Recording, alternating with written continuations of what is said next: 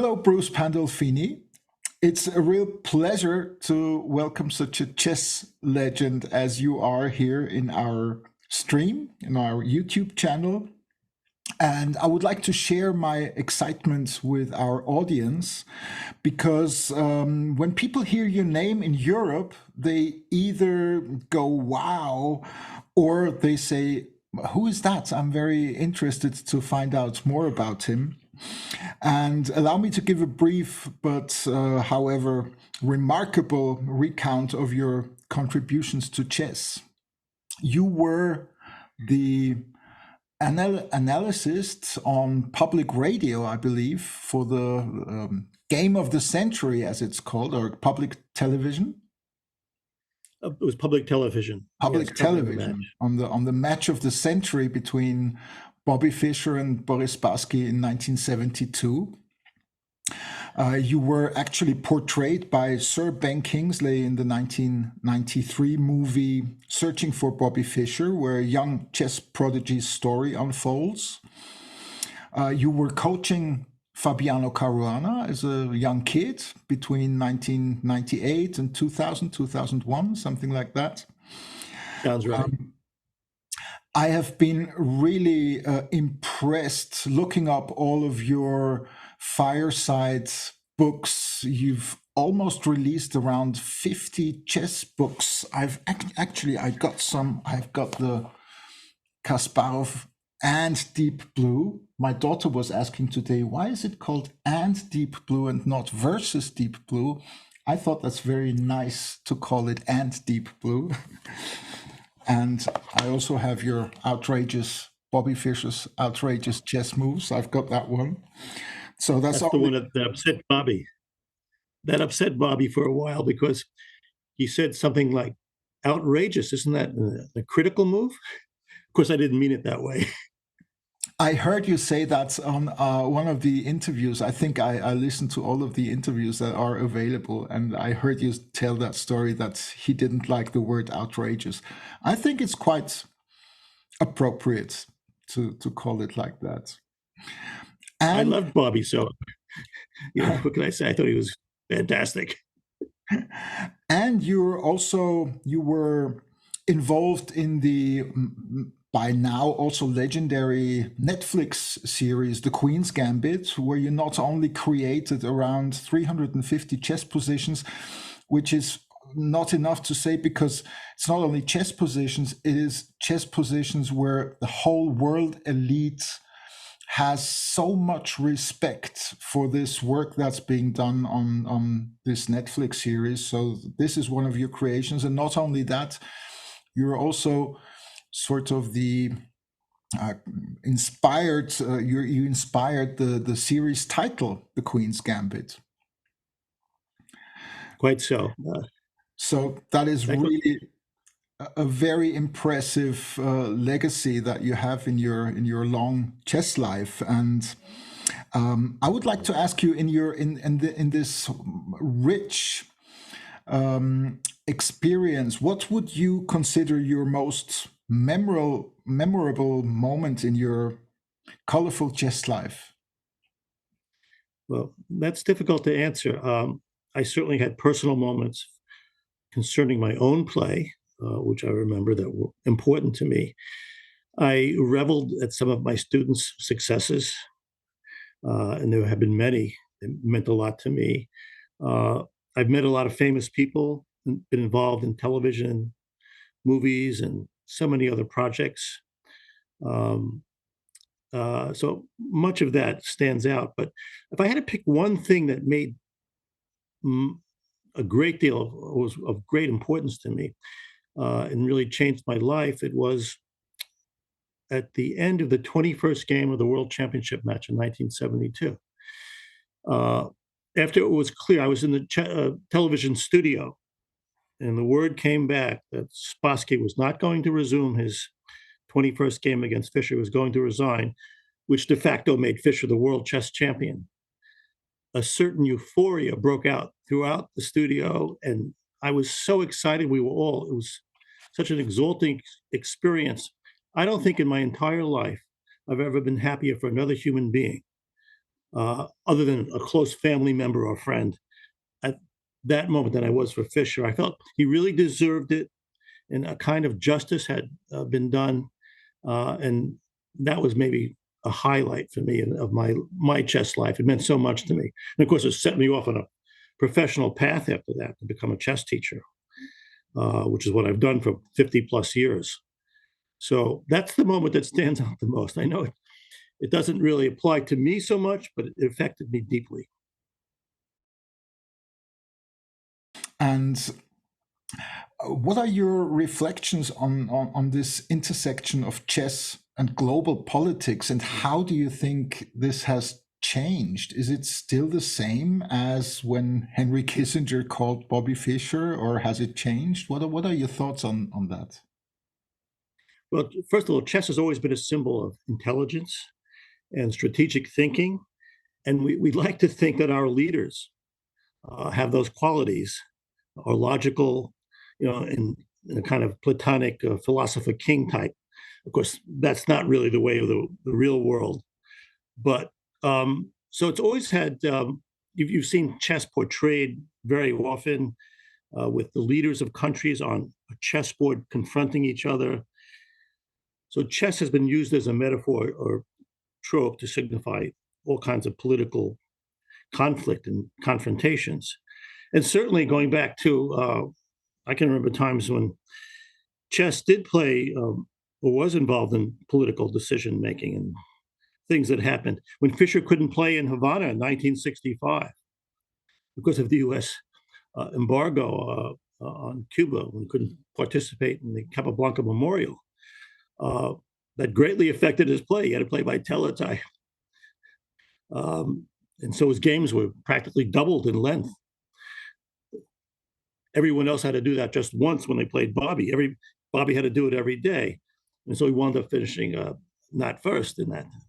Um, Certainly, when Fischer was on the verge of dropping out of the World Championship match, after he had lost or forfeited the second game to Spassky, it took the political clout of Secretary of State Henry Kissinger, one of the world's leading diplomats, to bring him back to the board because Kissinger said, look, you don't do this, as far as I know, it's going to look very bad for America politically and around the world. The Russians always took pride, the Soviets, in their players. When they put up 10 players against the rest of the world in Belgrade in 1970, it meant a lot to win that confrontation. It was very close. They've always prided themselves on their system.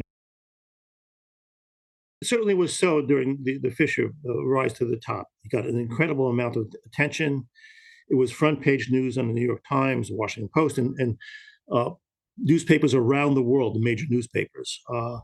It was on television. There were all kinds of interviews. Fischer himself appeared on television and seemed quite affable and a very good TV personality for a while before the pressure got too great or something happened to Bobby. But during those years, the attention on chess was great. Many people were drawn to the fold, and clubs doubled in size, and what have you. Thereafter, though, Fischer did not defend his title, and once he withdrew from the scene, there was a lull for a while. I think then you had other players come along. Certainly, there was Karpov. With the rise of Kasparov, who was very good in public, you had more and more school programs developing around the globe. That drew many people to the game. And certainly artificial intelligence, as you could play on a computer, that increased interest in the game. And so we had new forces fueling the excitement over chess. And it's certainly grown. It's very much, you had Searching for Bobby Fischer and other really good films as well, which had chess themes or chess presentations in them. Certainly the Queen's Gambit had a great deal of impact on the world. It's empowered women, to realize, hey, we can play chess too. That's the great thing about chess. When I first started in the game, there was this image that chess was a game for older white men in chess clubs, pushing pieces around, moving pawns here and there. we used to say that old chess players never die; they're just traded away. but that wasn't, even then it wasn't quite so. But now I think everyone can turn to the game. It's a game that it doesn't matter what your gender is, what your ethnicity is, what your cultural background, your language, your socioeconomic position in life. Anyone can play chess. It's a game, it's an egalitarian game that it rewards quality, intelligence, real play, no matter who you are. And I think that's been seen and exploited by advertisers and what have you. Of course, they don't always do a great job, as we know. They'll put a dark square on the right or do something else that's really dumb. But even that doesn't matter. It still gets people interested in chess. It annoys the heck out of chess players seeing all those things. It's still good. Even mistakes are good out there because it makes the game more important in a way. I wish they do it perfectly. Maybe someday they will. I doubt it. But still, it's out there, and we do see more and more of it in the ads. There are all kinds of absurd ads stressing chess that don't seem to have no application to the product or whatever, but they're out there. Chess is out there. So I'm glad to see that. My mother showed me how to play when I was 9, but what I knew of the moves and rules, I feel will have many gaps in it at that point. It really wasn't until I was about 14 that I got interested in chess. My students, I have students, 6, 5, even 4 years of age. And you need that early experience. You have to see a lot to reach the higher levels in chess. And so the more instances and decisions you can go through and work out, the stronger player you're likely to be. I learned at 14, you can't become world champion at that point. It's not possible. Every world champion's a genius. Every single one in a colloquial sense. They're brilliant people. You can't get to be world champion or near the top without being a brilliant individual with a lot of relevant, pertinent experience. Anyway, I was in the library at 14, walking through a library near where Bobby Fischer lived, by the way, because I lived near there. And I came upon the chess section, and I began to look I didn't know you could write books on chess. And I became fascinated by them.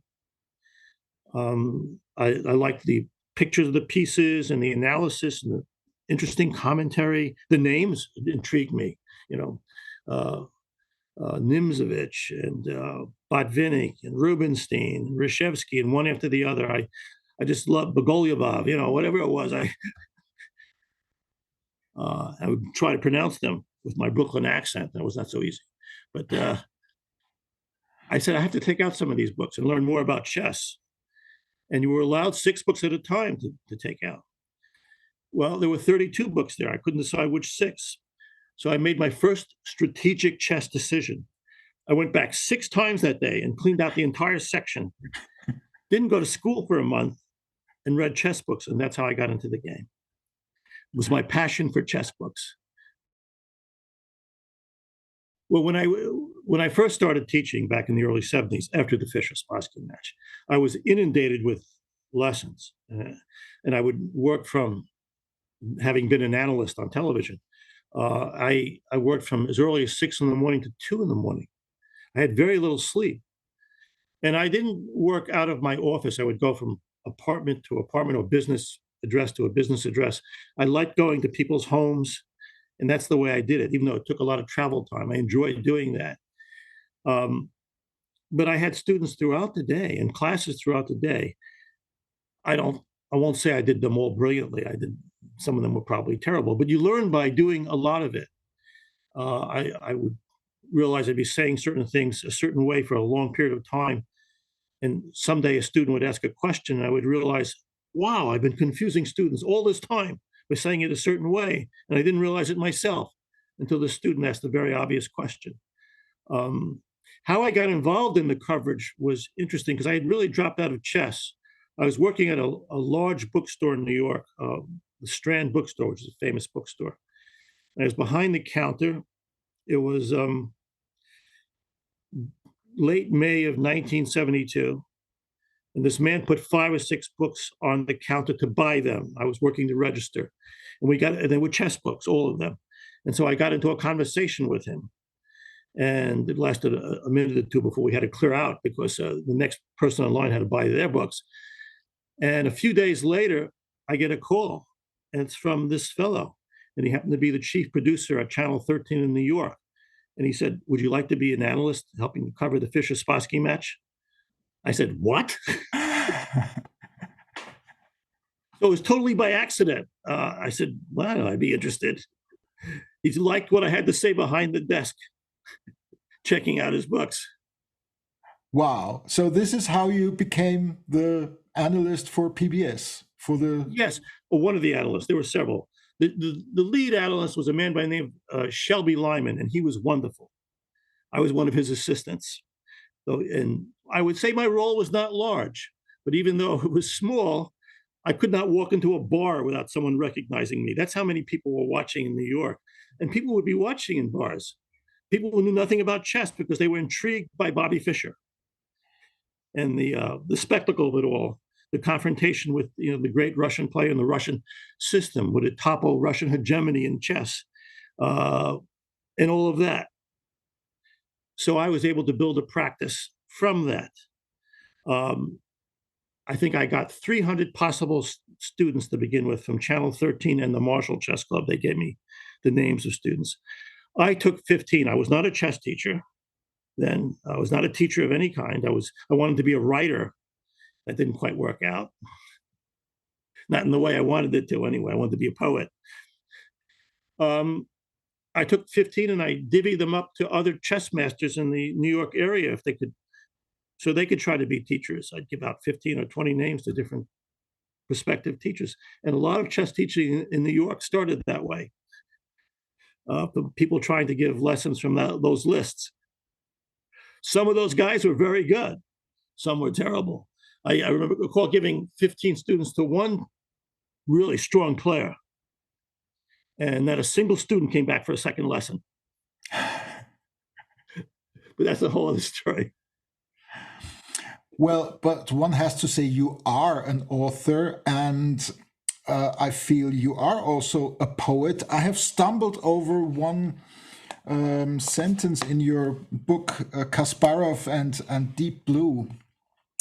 After this second game of 1997, where Kasparov resigned, and then afterwards it turned out that it was actually a drawn position, and you wrote there, and that's long before all of this AI, artificial intelligence subjects became big, and you wrote, "Mass delusion brought on by computer reverence."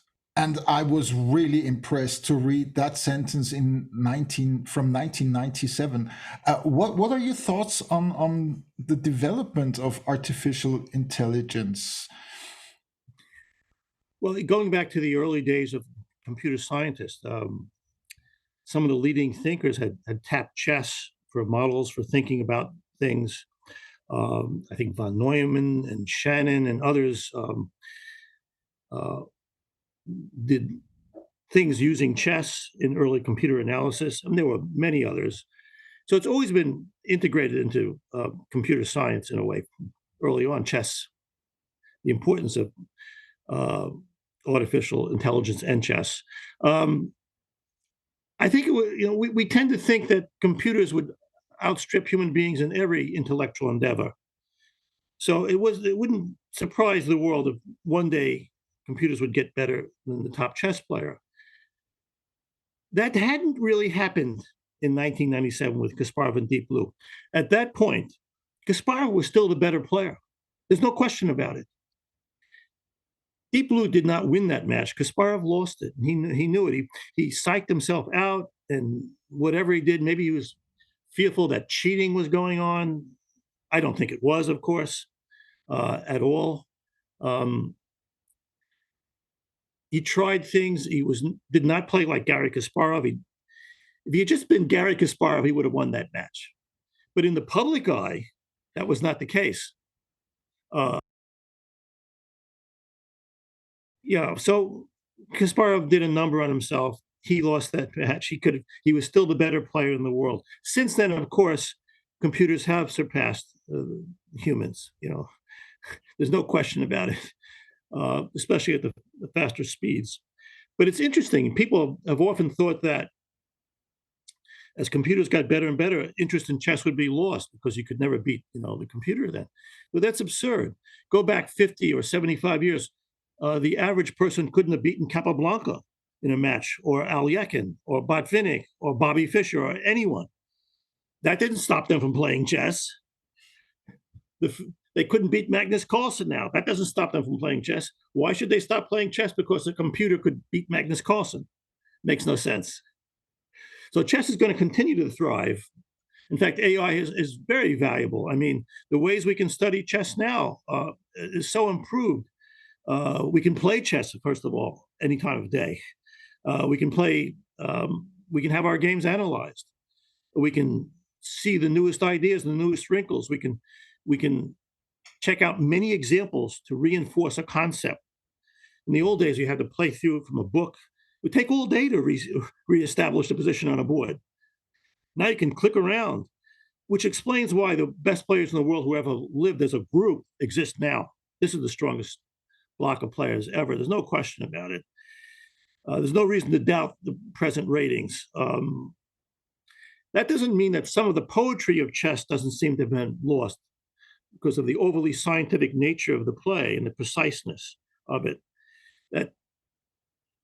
That's not appealing to a lot of people. We like the old artful ways where sacrifices were made and there were heroic defenses, and all of that is great. And that's part of the lore of chess, and it's very exciting.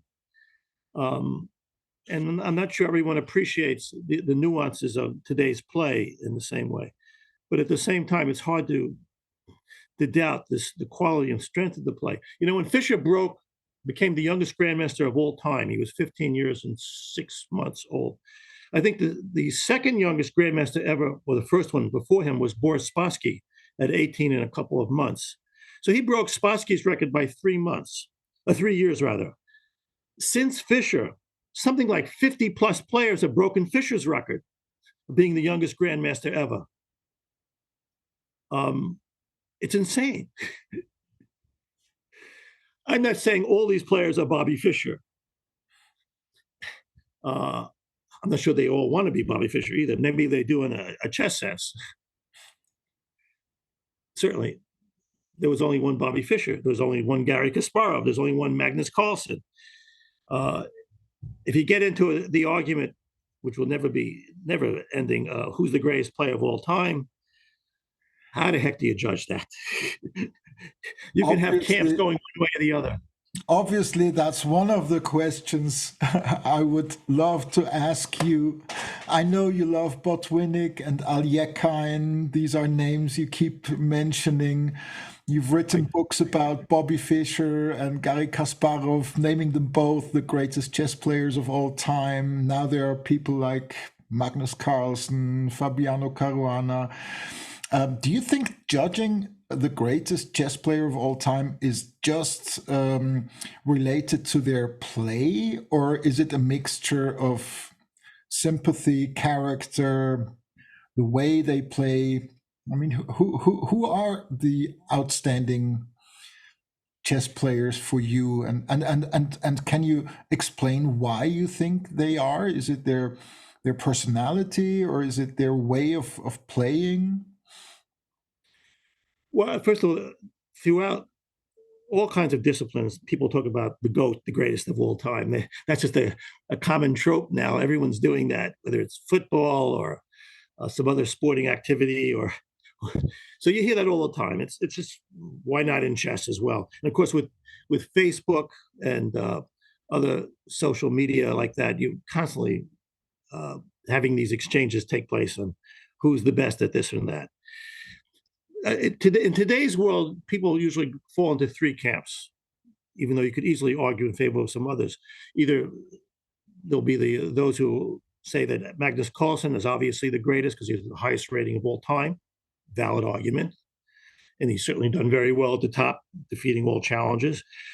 Others will say Bobby Fischer because of he was 120 points ahead of Spassky, the second best player in the world, And that's hard to rival that. And he transformed the game, and he inspired so many, and he seemed to take on the entire world of chess. And of course, his play was brilliant as well, just as Magnus Carlsen's play is brilliant. Then you'll get others who say Garry Kasparov. He dominated the world of chess for 15 years, took on all challenges. He had to face another great player, Karpov, in over 200 plus games. Even Kasparov will admit that playing Karpov, all those head-to-head games, made him a better player. You learned a lot, because Karpov was a great player, and it still is. But Kasparov has done other things. He's always out there in the public eye. He's very articulate.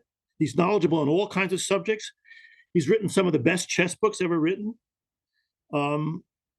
And he contributed also very nicely to the Queen's Gambit. He's involved in things.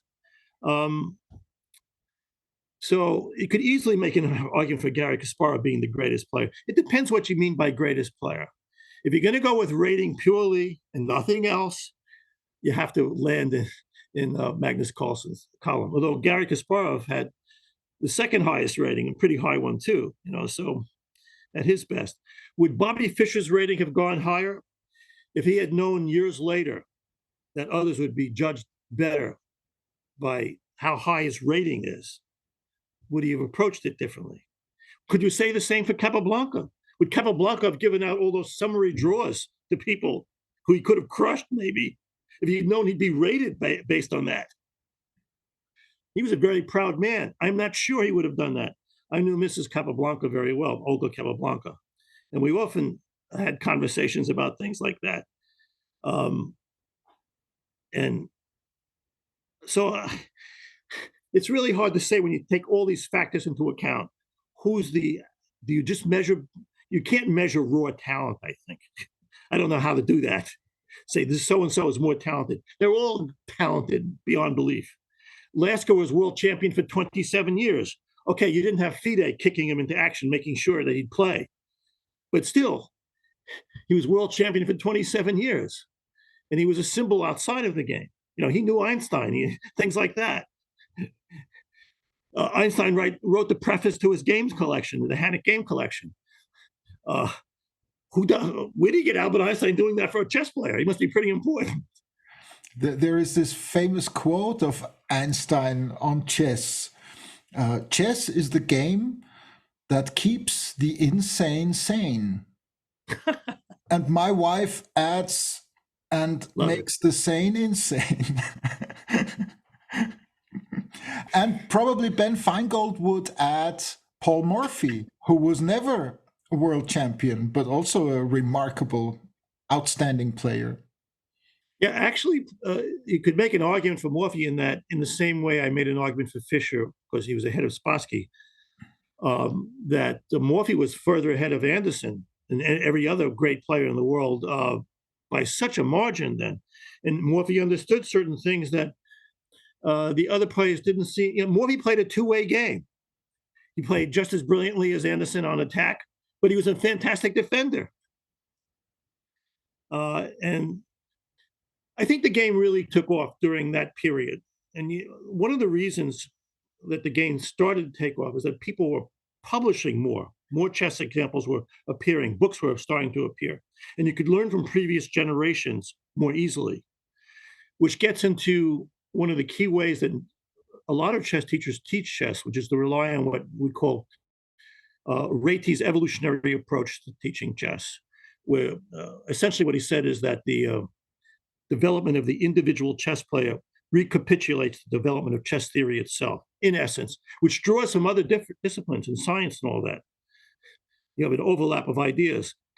But what he said is that you had this group of initial players in chess, their games started to be published, the next generation came along, they learned from those earlier games and started to change things and build upon those earlier ideas. And then the next generation came along and differed in certain ways and tried to improve on that generation. And that's how you get this evolutionary flow to the growth of chess ideas, leading right up to today's Magnus Carlsen and the wealth of other top players in the world, such as Fabiano Caruana and Nakamura and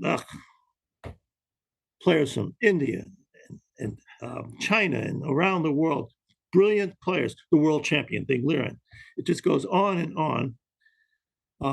But to get to these levels, I mean, these players studied the classic players that they could crush right now, and learn from them and built naturally in an evolved, integrated way. Well, anyway, that's Reti's recommendation, Richard Reti's recommendation for studying chess. Unfortunately, he died rather early. You know, the war took so many chess players, World War II. But that's the way many chess players teach, chess teachers teach, using that approach. And that's a good approach. There are a lot of new approaches to chess, and one of them is also sort of an invention by Bobby Fischer, the Fischer Random. And I'm not sure if you followed the recent freestyle chess, as they start to call it now, chess challenge in Germany, where the eight players played freestyle Fischer Random.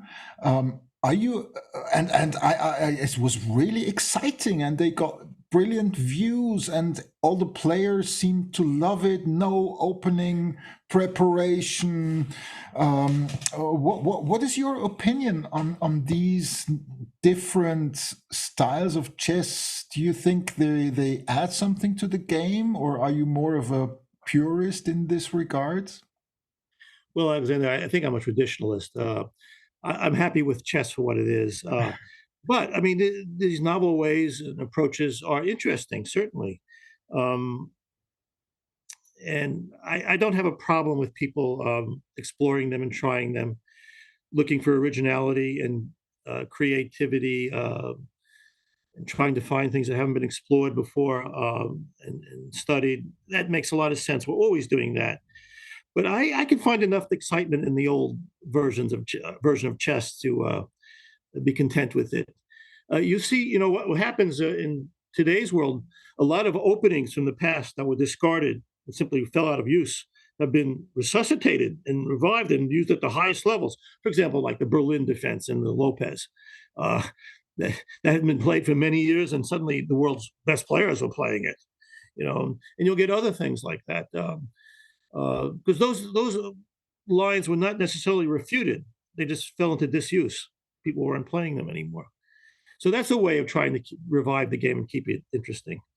But I don't have a problem if people want to pursue that or play bug house tournaments or Kriegspiel, I think we used to call it, or other versions of or fantasy chess or whatever that's called. If that excites one and gets you to play more standard chess, fine. Well, if you're just happy to do that, that's fine. But I'm content with regular chess. Difficult enough. Certainly. You did see Stanley Kubrick and Billy Wilder watch chess or play chess? Yeah, they snuck in for the Fischer-Reshevsky game, and they were both chess fans. I was a wall boy, a demonstration for the demonstration where I'd move the pieces as a teenager for a number of Fischer games when he went 11-0. And for I think it was the fifth round, but I'm not sure. For his game against Reshevsky, which was the big game, both Kubrick and Billy Wilder were there in the front row. Now, I didn't know what they looked like then. I'll be honest with you. It was pointed out to me. I didn't know what they looked like afterwards. I knew that Kubrick played chess, and I knew from people in Washington Square Park, he used to play there before he had made it big. He'd play for quarters there in Washington Square, or nickels, whatever they played for. And I had seen a letter from Billy Wilder to Al Horowitz, the editor of Chess Review, talking about chess and congratulating him on his magazine. So I assumed that Billy Wilder did have an interest in chess, and sure enough. Now, in my opinion, I didn't even know that Stanley Kubrick was allowed in the country at that point, by the way, in the U.S. I think he had a tax problem or something, so I know nothing about that. And he actually named one of his characters in his movie after Smyslov, I think. Yes, in 2001, yes. The Odyssey. The Russian scientist. Yeah. How good a chess player? I think people have told me that Kubrick is about maybe like 1600 or 1700 player, which is pretty good for a star, for a celebrity. Um, very few celebrities get to be that good. Absolutely. You mentioned the Washington Square Park, and Yes. I wanted to ask you, what is it like today? Can you still go there and play some games of chess? Do you sometimes pass by, and how? I mean, sort of the great names are the in St. Louis, obviously, with the Sinkfields, Money, the St. Louis Chess and Scholastic Center. That's something we get a lot here. The Marshall Chess Club as a really traditional club, but also the stories of the Washington Square Park, which also plays a big role in your Searching for Bobby Fischer movie. How does that, has that changed, or is it still the same? Some things have changed, some things haven't. It was always a great place to play, especially in the old days, and you get all kinds of people. Fischer would play there, for example, but you get many other top players playing there. And during the summer, top players from around the world will pass through New York and, of course, go through Washington Square Park and get involved in some speed games there. But a lot of that chess has moved to Union Square Park, which is a few blocks away, and other parks in New York. But still, they play there. I recall an incident. I'm going to say it was about 30 years ago now. I was walking through Washington Square Park. Oh, yeah, it was maybe after searching for Bobby Fischer. And I passed a table, and this guy invited me to play a speed game. I don't know what, I don't usually do that, but I sat down and played him a game. And during the game, I got an interesting idea, and I realized a concept. I said, "Oh, gee, I'm going to set this up." And sure enough, I got a chance to implement this really nice attack and won. And just as I won, and the guy resigned, I had this realization: I had played the very same game, maybe 20 years prior to that. And then it struck me even more odd. It was at this very table I was sitting at. And I looked up, it was against the very same guy. So in 20 years, he was still making the same moves. Nothing had changed. Wow. That's Washington Square Park. I've got to see that one day. Next time I come to New York, I'll definitely check out the Washington Square Park. Now, the Marshall Chess Club has also been very near and dear. It's one of the world's great chess clubs. I joined there I guess I was 15 when I joined there. But my first year there, I remember the first time I met Bobby Fischer. It was at the Marshall Chess Club, and it was during an exhibition given by Grandmaster Larry Evans, who was America's top chess professional then. He wasn't as good as Fischer, but he was one of the best players in the country, and he could do the things that Fischer couldn't do. He could give lectures, he could write, and he was a good presenter of chess in general, and a chess personality in his own right. Anyway, during the exhibition, I wound up being the last game left. I had a losing position against Evans, black-sided Sicilian. And at a certain point near the end, as I'm sitting down, Evans is sitting with me now because very few people left. Bobby Fischer walks into the club. I guess he was going to go out with Evans afterwards for dinner because they were friends. And he stands right behind me, behind my chair. So I have God standing behind me, looking over my moves. Eventually, I resigned. Evans signs my score sheet. They give him a big hand. Someone in the crowd suggests that Fischer sign my score sheet. He made a bolt for the door to escape, but he was stopped at the entranceway by this irresistible force, Carrie Marshall, Mrs. Frank Marshall, and she could get anybody to do almost anything. She wrapped her arms around Bobby, dragged him back to the board, and said, "Bobby, sign the kid's score sheet." And he did. And that's how I got to meet Bobby Fischer for the first time. So you have a signed score sheet from Bobby Fischer from 1963, I believe it is. Yes. Wow. I had I once analyzed with Fischer for 3 hours. I never played Fischer a game. Wish I could say I had. I was not a friend of Bobby Fischer's. I'm not going to pretend that. I love the way people say, "Oh yeah, I was friends with Fischer." Baloney. Now he did have some friends, and I was a friendly acquaintance, but an actual friend of Bobby Fischer's, where he had very few friends. Um, I knew a couple of them. They were very strange. Usually, they weren't all great chess players. Some of them were. Um, but so, yeah, I have a few other encounters with Bobby through the years, and we were all inspired by Bobby. It was hard if you were part of that generation not to be. He did so many amazing things. Well, it's a great thing that FIDE came along and existed. We can thank FIDE for providing us with a world champion if Al Yekin died. The FIDE arranged the 1948 tournament, which led, of course, to Botvinnik's ascendancy, deserved ascendancy. So that's the only time a world champion has died with the title. It was good that FIDE existed. FIDE got us through the controversies and the furor during the Fischer years and all of that, the confrontation of Bobby claiming cheating, with the Russians cheating drawing games among themselves, and fighting hard against him and other collusive things he claimed.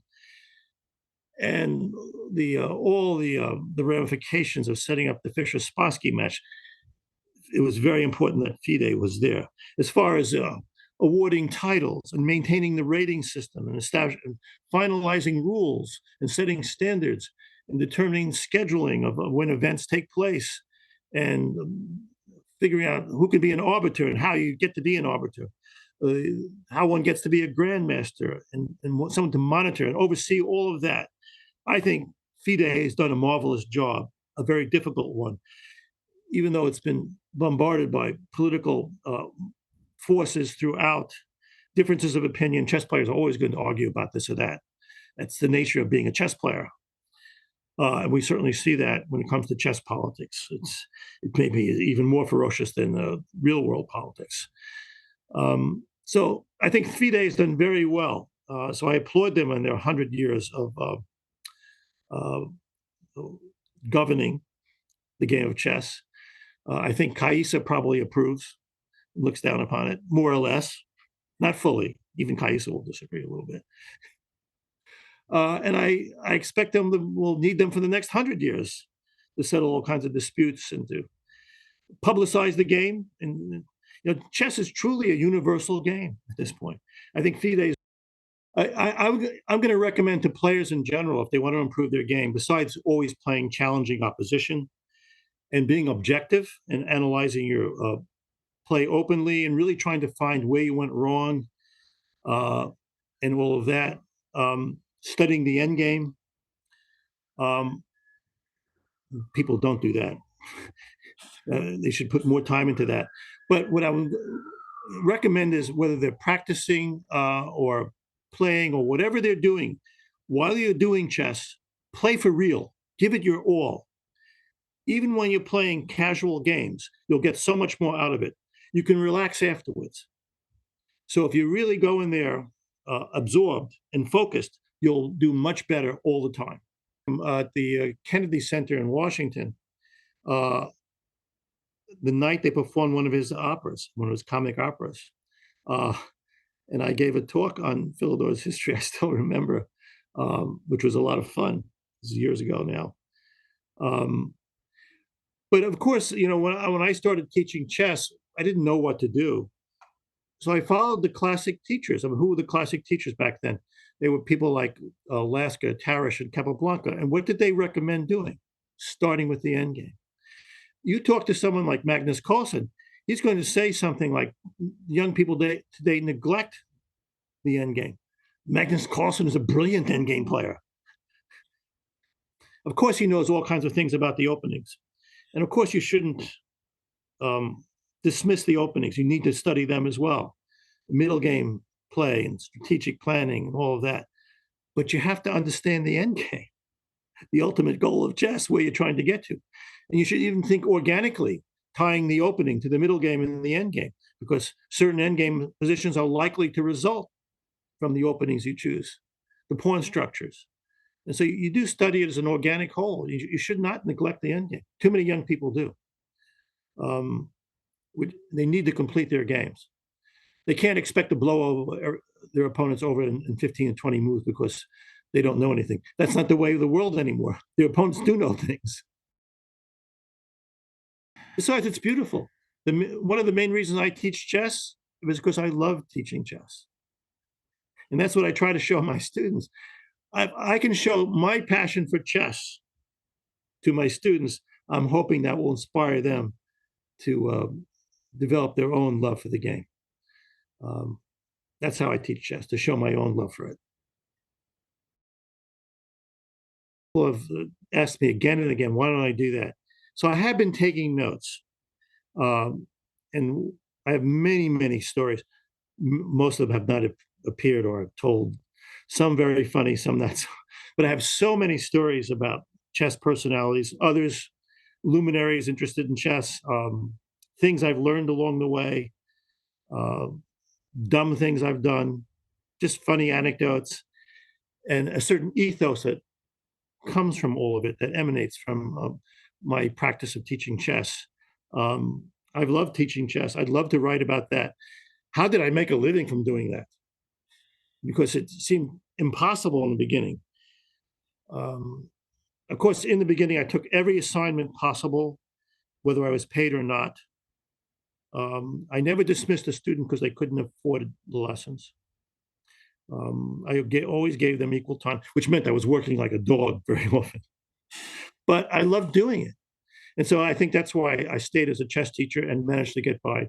I loved doing what I was doing. I loved helping people. I think I'm a people person. I like sitting across from them. It's kind of like a shrink. Maybe I would have been a. Well, chess is, a mental sport, and you must take care of your body. And players are doing that better these days. They're like athletes. They're eating better. They're resting better when they can, or they should. Not every chess player. Some still live ridiculous lives, as we know. Some are still very unpleasant to be next to.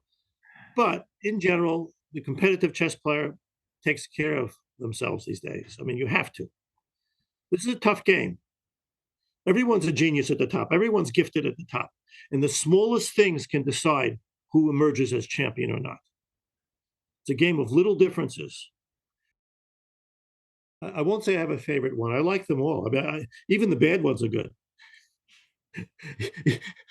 And I recommend them to my students. If they're covering a certain game or a line, look at what 5 or 6 YouTubers will do and get little nuances and differences. It's just a really great way to learn. I enjoy them. If I'm writing a column and I can see a YouTube presentation by someone like, I don't know, Danny King or someone, or so many of the others. I mean, anyone. There's so many good ones today. There are so many good teachers today. When I started, there weren't many good teachers, or even many teachers. Now there are so many adept teachers, and they're not just artful in a teacher-like way. They know how to present things. They're also very scientific and very objective, and they know how to go about doing things. It's just a marvelous world, and that's another reason players have gotten better. The teachers are so much better, and there's so many more of them, and everyone has access to the YouTube presentations. So when I get up in the morning, I may look at a couple of current games of interest quickly. Games that were played, if I can see them online. Usually, you can. Especially lines that usually I look for my students, so my students might be interested in, and they have different repertoires. So I look at a lot of different things, but also I'll look at the games of the leading players, a couple of games.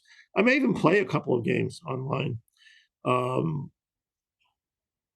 I usually try to play the best players I can play. I might get my brains beaten in once in a while, or I'll play a good game here and there, but I just stay sharp that way. And then I get on to my other activities. I may give a Zoom lesson early. I may go to a lesson. I do still give in-person lessons. I like doing that.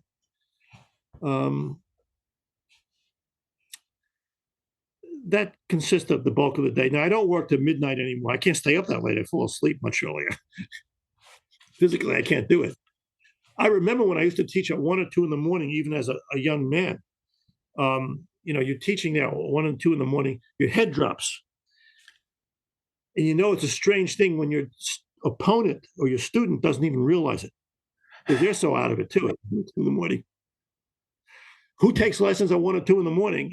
A lot of people. You get artists doing it, musicians doing it, writers, other kinds of theater performers, actors, chess players will take it at midnight, take lessons. Yeah, you get chess players taking lessons at midnight. Ladies of the evening, all kinds of things. People take lessons after midnight. I don't do that anymore. I cannot give those kind of lessons. I would